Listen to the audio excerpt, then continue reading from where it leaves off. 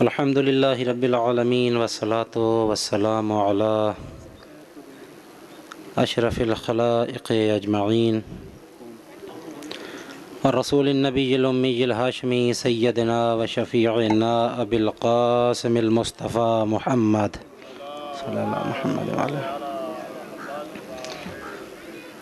وعلی اہل بیتہ الطیبین الطاہرین الہداة المہدیین المعصومین المظلومین واللعنة الدائمة على أعداء دين أجمعين. أما بعد فقد قال الله تعالى عز اسمه في محكم كتابه ونتقن خطابه. بسم الله الرحمن الرحيم. قل هو الله أحد. صلوات پڑھ لیجئے سارے حضرات مل کے. صلی اللہ محمد